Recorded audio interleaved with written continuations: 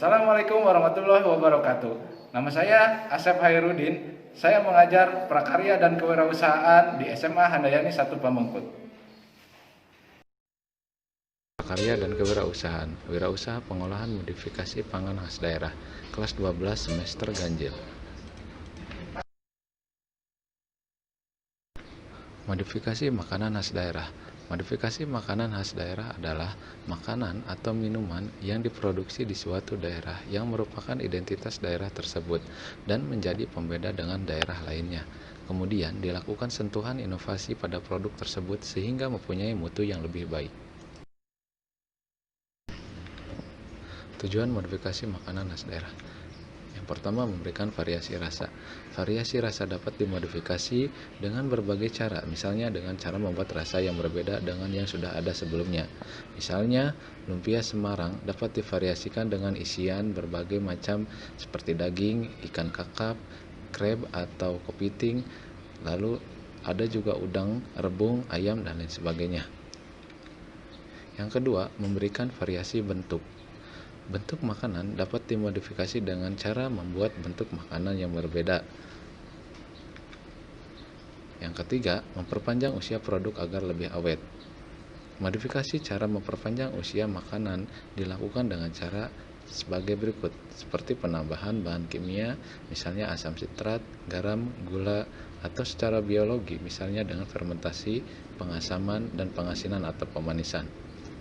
Yang keempat, meningkatkan higien produk.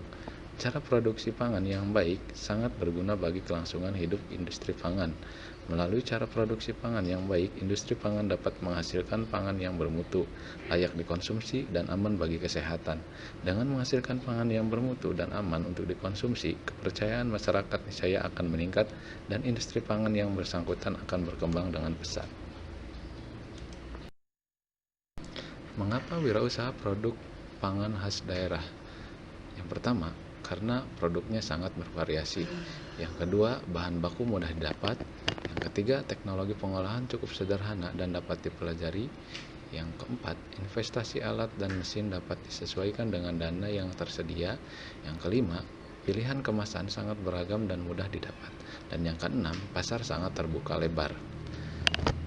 Potensi daerah yang kaya dan dukungan serta peluang pasar membuat pangan khas daerah yang dimodifikasi menjadi pilihan potensial untuk wirausaha.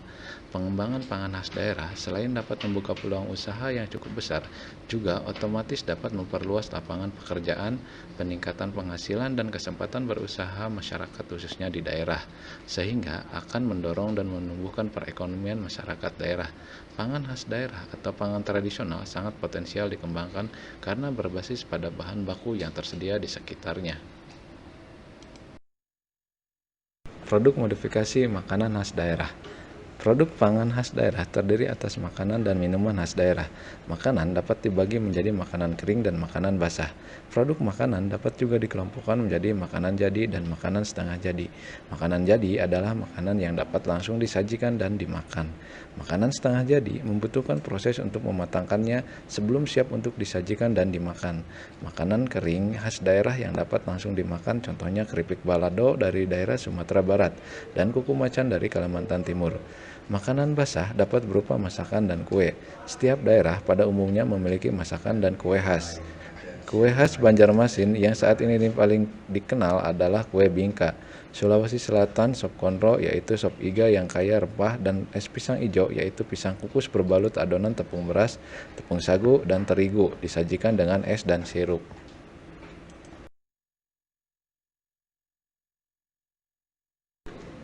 Bahan baku modifikasi makanan khas daerah. Secara umum, bahan pangannya berasal dari dua sumber, yaitu dari bahan pangan nabati dan bahan pangan hewani. Bahan pangan nabati adalah bahan pangan yang diperoleh dan berasal dari tumbuhan seperti sayuran, buah-buahan, rempah-rempah, umbi-umbian, rumput laut, dan serealia seperti padi, jagung, dan kacang-kacangan. Contoh produk makanannya yaitu asinan, getuk, dodol, mochi, dan lain-lain. Bahan pangan hewani adalah makanan yang berasal dari hewan yang terdiri dari daging, ikan, dan telur. Contoh produk makanannya yaitu telur asin, ikan asin, rendang, abon sapi, dan lain-lain.